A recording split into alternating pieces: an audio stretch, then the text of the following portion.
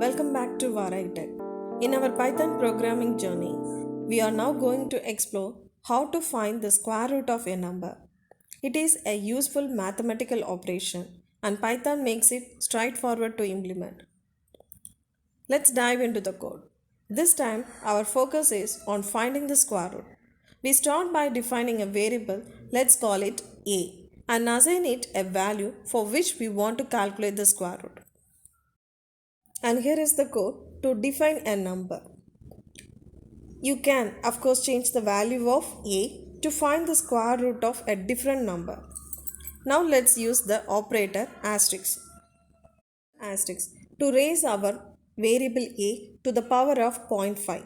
This operation effectively calculates the square root and we will store the result in the variable result. Lastly, we print the result using print function.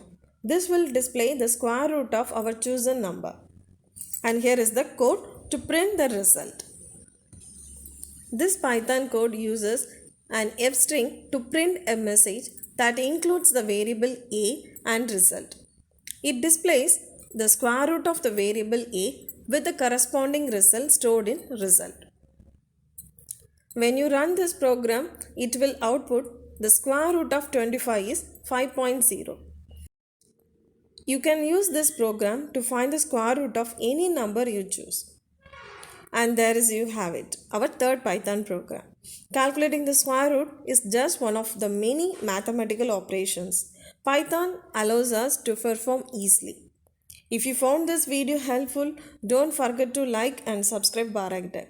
Drop your comments below on what other Python concepts you do like to explore. Until next time, happy coding.